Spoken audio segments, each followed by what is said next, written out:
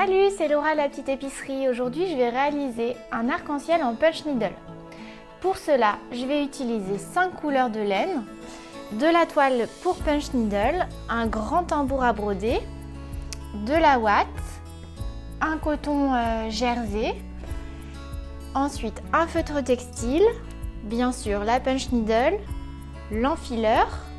Il vous faudra également une règle et une machine à coudre, ça sera plus pratique pour l'étape finale.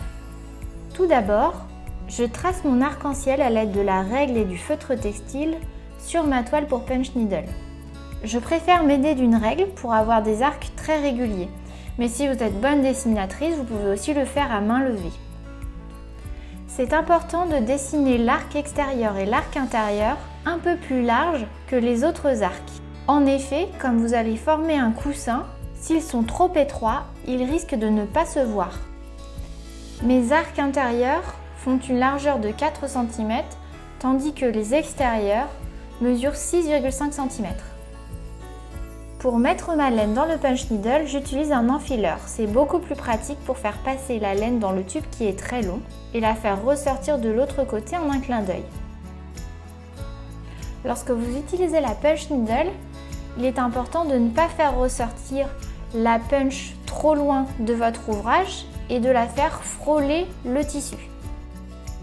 Vous devez utiliser l'aiguille magique avec le côté incurvé vers l'extérieur, à l'inverse de la façon dont on prend un stylo plume. Une fois qu'on a compris la technique, c'est vraiment très simple et très rapide. Il vous faudra environ 2h30, 3h pour réaliser tout l'arc-en-ciel en broderie. Certaines laines sont beaucoup plus agréables à puncher que d'autres. Je vous conseille notamment la Essential Big de chez Rico Design, qui est vraiment un bonheur à manipuler.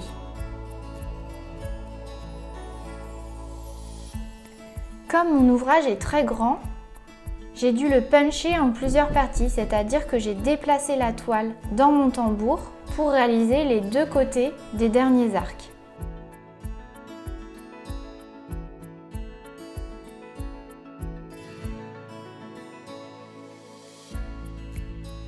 La taille de laine optimale pour la punch needle est 7-8 mm.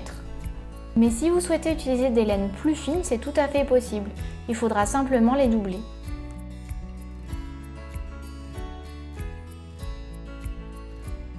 L'arc-en-ciel est terminé, il faut maintenant le monter en coussin.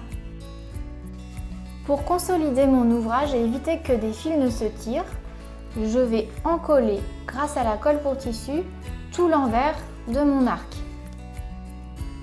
Je n'hésite pas à être généreuse car ce coussin est destiné à un bébé et je sais qu'il va adorer tirer les fils s'ils ne sont pas bien fixés.